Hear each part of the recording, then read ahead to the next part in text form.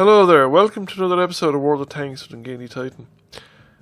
Once again we're on Redshire. As far as I know, this is the normal Redshire map. It is not the new Redshire 1944 map. It looks pretty much identical to me to all previous versions of Redshire.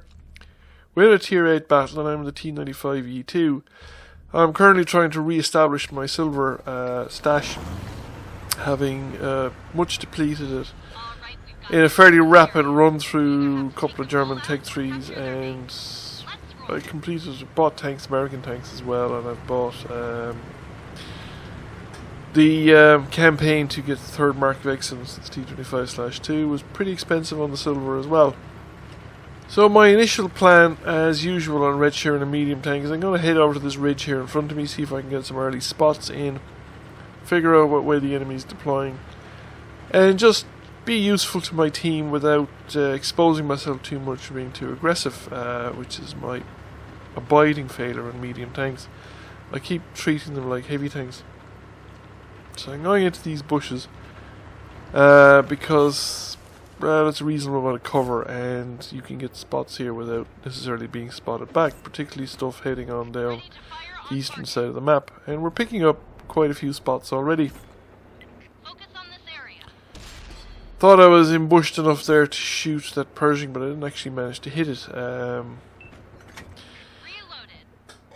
TVP-V2 US popped up and I think he has spotted me, so I just decided rather than getting out of here, I'm going to go down the slope, get behind the buildings.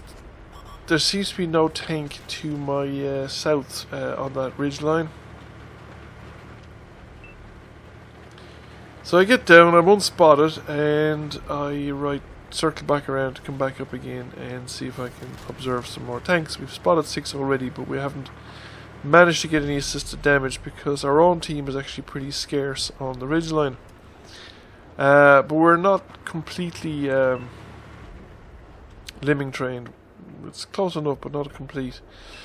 Now, one of the new West tanks was spotted, but I reckon I can get the second shot off because I think he's the one that's spotting me. And we get the second shot off, he fires, but he doesn't get a clean shot and bounces it. And he's been taking damage from the ridgeline behind me, which is one of the advantages of spotting from this position. The people behind you can then get shots in, and it's a very powerful spotting position for either side. Now the Pershing has spotted me, but I'm noticing that as I back off the ridgeline, I become unspotted. Which means that I'm being spotted exclusively from the east. There's nobody to the south of me spotting me. There's nobody on the hill to the south, which is a fairly typical location. We've tracked the Panther, so he's sitting duck, so to speak, and we might as well farm the damage while we can.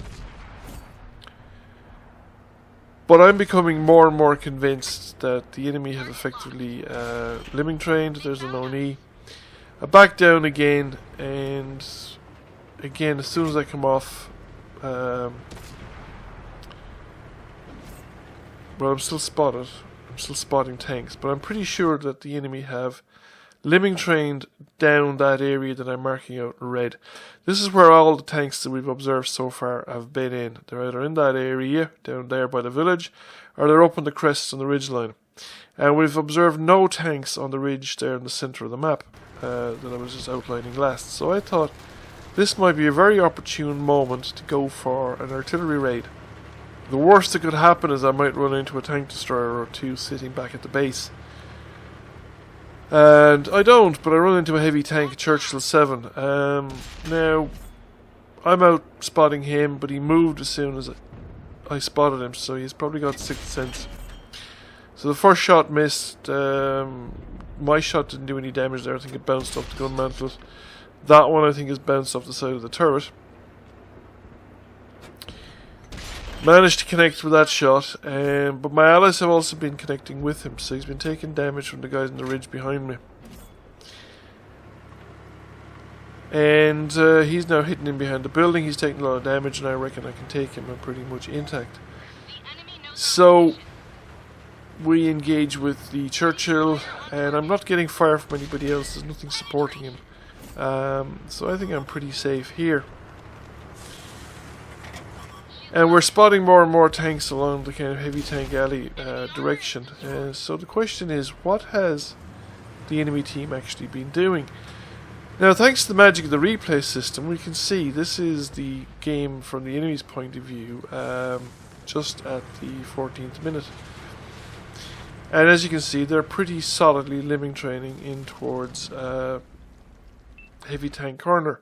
In fact, we can see it broader here on a blow up of the map. This map from the replay system shows both sides' positions about a minute into the game. And as you can see, the enemy team have an isolated tank destroyer down the southwestern corner, an isolated light tank over on the western side of the map, neither of which are of any use to each other. And the bulk of the rest of the enemy team are over a heavy tank corner or positions behind it. The aerial view from heavy tank corner is the TVP is here, he's isolated. He's not being supported by the guys behind him because they can't shoot at people who are shooting at the TVP. And this will show you there, we're just pausing the picture. They outnumbered the 3 tanks that we have at the corner. If they actually rushed those tanks, they'd have taken them out before the remaining tanks on our side would have arrived. They'd have won that battle decisively. Now the TVP's taken out at this point, and the rest of our tanks are arriving. But if they'd used their overwhelming support and an advantage at the beginning when they had the numbers, they would have beaten our force in detail as they arrived, and they would have decisively won that corner, and possibly would have enough units left over to possibly win the game, because they weren't materially that badly off at the time I made my move. Once I made my move, now I've taken out one of the artillery, and the other one's fired, and I've taken out the Churchill as well, who was kind of the only guy holding the centre of the map, though not from a very good location, because his gun was out of play for a considerable amount of the game. And now there's only 2 enemy tanks remaining, and they're isolated, they're not in the same location or anywhere in a position to support each other. So while they won heavy tank corner eventually, they didn't do it in time to be of any use to them.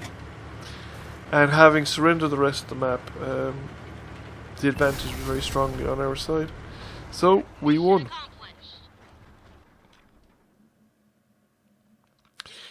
Now we just look at the score. So 100,000 silver, which is quite nice.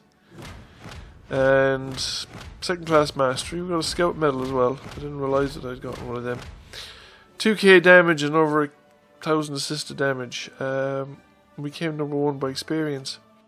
Looking at the results there, you can see that everybody in our team did some damage.